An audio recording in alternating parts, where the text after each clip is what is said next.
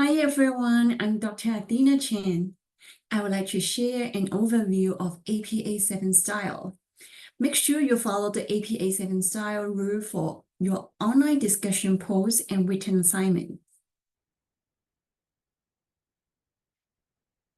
The American Psychological Association APA citation style is the most commonly used format for academic writing in social sciences. APA regulates the stylistics of writing, references, and in-text citations. APA format is not limited by the rules of citing the sources, in-text citation, and entries in the list of references. It also regulates the stylistics of conveying research. APA7 encourages a writer to use personal pronouns and the active voice. So instead of saying the author reviewed the literature, you are encouraged to say directly, I reviewed the literature. Instead of saying the participants have been asked questions, you are encouraged to say directly, the participants answer questions. This slide explains the APA requirements to language of an APA paper. Clarity and conciseness are the major concerns when reporting research in APA. It is not easy to balance clarity, which requires providing clarification, and conciseness, which requires packing information. To achieve clarity, a writer should avoid vague wording and be specific in description and explanations. To achieve conciseness, a writer should condense information. Because APA format is widely used in science-related papers, the language of APA format is plain and simple. A writer should avoid using metaphors and minimize the use of figurative language, which is typical for creative writing. So you are always reminded to use concise language rather than wordy language. Like it is not recommended to say something like, it is important to note that our study has implication for blah, blah, blah. Instead, keep it to the point. Our study has important implications for counseling practice. Instead of saying like, we administer a survey for the purpose of assessing motivation, you can just be direct. We administer surveys to assess motivation. Simple and concise. Also, please keep in mind the word choice. Never state absolute proof. Instead of saying the study proves something as very certain, you are encouraged to say that the results suggest that. That's a kind of like an implication from the study results. Avoid any bias or slang language. Instead of saying poor and rich, you are encouraged to address low and high socioeconomic status.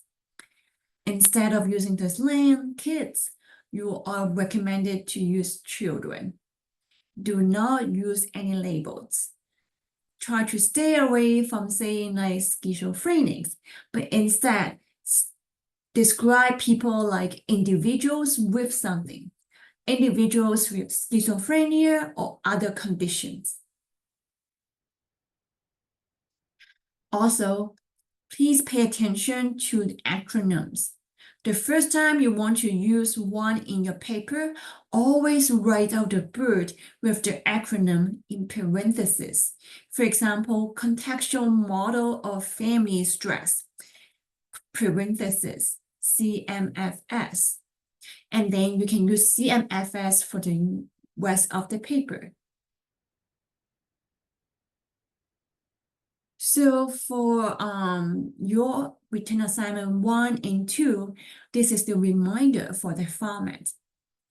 You need to stick with APA7 style, except I would appreciate if you can use single space instead of double spacing. I repeat, I hope everyone is on the same page. this written assignment follows strictly to APA7, except like I want you to stick with single spacing. For the main content, it should be around 2 to 3 pages, 12-point font, 1-inch margin on all sides. And for your written assignment, it should include a title page, the main content, and a list of references, including the newspaper or research article. Next, I would like to share about the layout and formatting. For the title page, make sure you have the running head at the top of the paper. The title should be flush left and the page number flush right. Make sure you have the title of the paper. Place the title in the upper half of the paper centered. You should also include your name, your department affiliation, and the instructor name. That's me, Dr. Athena Chen, and also put down the date of submission. So for every page after the title page, you must include the running head and the page number. Next, I would like to share about the headings according to APA style. So APA offer formatting for 5 levels of heading. And for your upcoming written assignment, likely you may just use level 1 or level 2. So for level 1, such as method here, you need to put it center, boldface, and title case, like capitalized for every word. For level 2, like measures here, you need to put it flush left, boldface, upper and lowercase. In case you need to do like level 3 heading, you need to put it like here, perceive control, indent, boldface, lowercase, and paragraph with a dot at the end. I will skip level 4 and level 5 for now because it's less likely you will use it in this paper. But you are always welcome to go through it yourself in case you need to use it for other term paper. Next, I would like to jump into references and citing. Before talking about the references, I want to remind you about plagiarism. Plagiarism is a serious academic misconduct. If my teaching team find anyone of potential plagiarism, we will follow strictly to the university guidelines. So I hope everyone is clear about what is okay and what is not okay. If you are not clear, please reach out to my teaching team as soon as possible. Plagiarism means representing the word, creative work, or ideas of another person as if your own word without providing proper documentation of source. The examples include the following, but not limited to copying information word for word for a source without using quotation marks and giving proper acknowledgement. Paraphrasing without sufficient acknowledgement. Ideas taken from another person that the reader might reasonably mistake as the author's. Borrowing various words, ideas, phrases, or data from original sources and blending them with one's own without acknowledging the sources. It is the responsibility of all students to clearly understand the standards and methods of proper attribution and to clarify questions with the teaching team.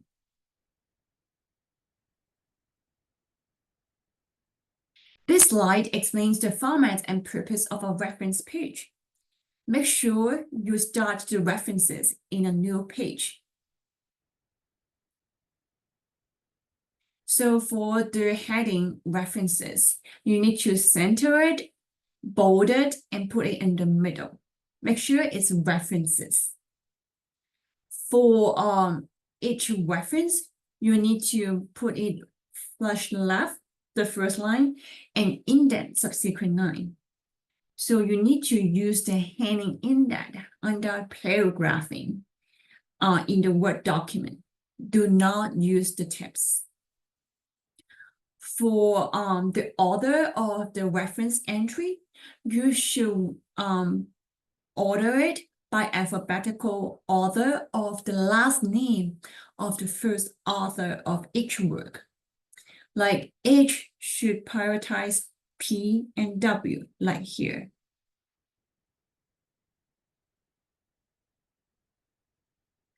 Next, I would like to dive into the basic rules related to creating references entries.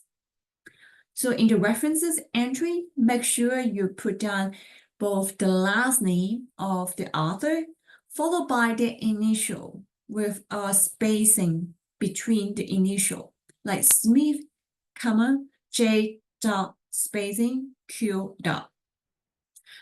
For the title or subtitle of the article, you only need to capitalize the first letter and also the first word and the first word after colon, and also proper noun. Like here, children's is capitalized. Canada is a proper noun, you need to capitalize. And the, which is after semicolon, after colon, you need to capitalize. For the journal, make sure you italicize it, like Journal of Advanced Research. Any books, journal, the sources, you need to italicize for the whole phrase. And make sure for the books and journal, you need to capitalize each word. This is an example of a citation of newspaper. And again, you need to put down the author's last name and initial. Then you need to put in specifically the year, the month, and the date. Then the title and the source of the newspaper in italics form. Then a permanent newspaper URL. I hope this is clear to all of you because you need to do it in your written assignment 1. Next, I would like to share about the references for textbook or journal article. Similarly, you need to put down all the authors. You don't need to change the sequence of the author by alphabetical order. You just need to follow the original sequence of that academic sources. And then you need to put down the year with a dot at the end. And then for textbook, you need to italicize the name of the textbook. And then the editions, and then the publisher at the end. Make sure you put a dot at the end of textbook citation. For journal article example, it's pretty similar. You need to list out all the authors, and then the year with a dot, and then the title of the article, and then the journal name, and you need to italicize it. And then the volume issue in italicize, and then the issue in bracket, but normal fonts. And also the page number, and with a permanent URL. Make sure you use, most articles use doi.org instead of the library link, because for the library link, one outside of TTU may not be able to access it.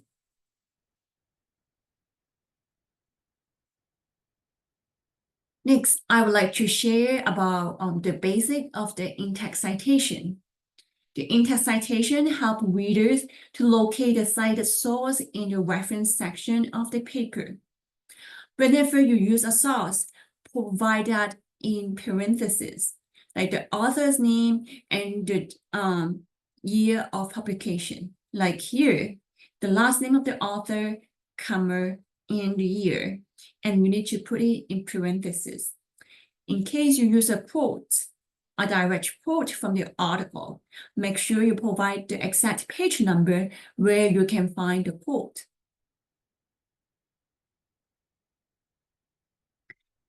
So in terms of in-text citation, this slide explains and exemplifies the specific cases of in-text citation.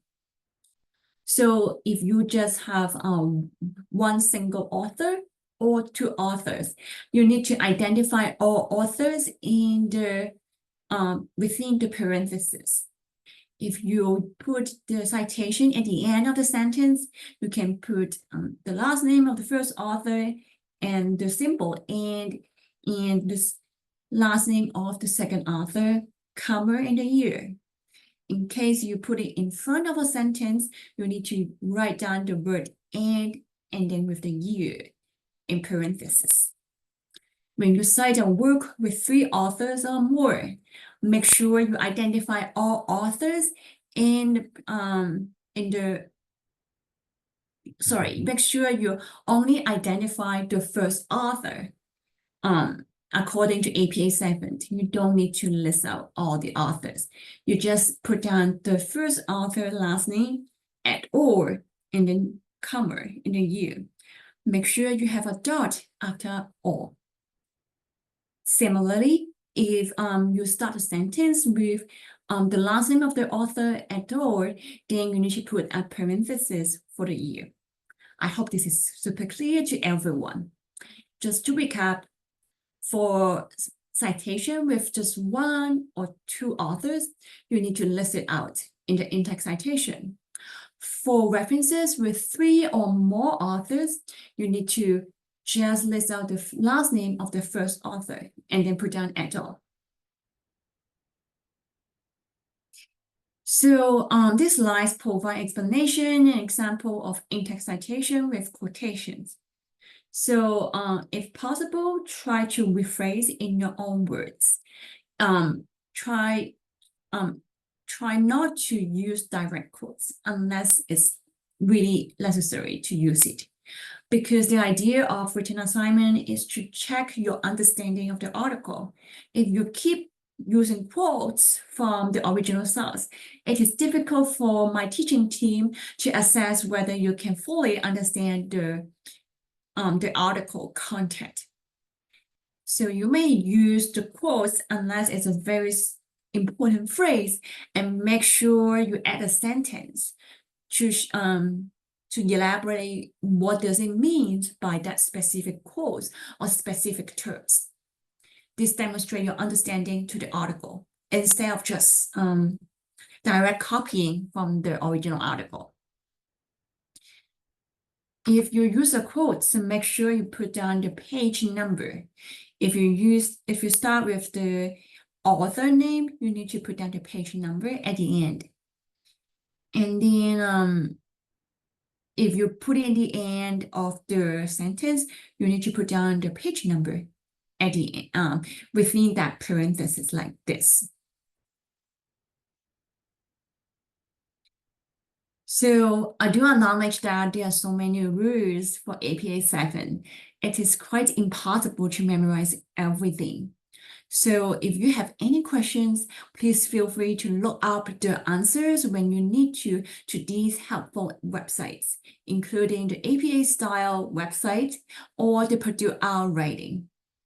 You are always welcome to email my teaching team in case you have any questions regarding to specific APA style rules. Thank you.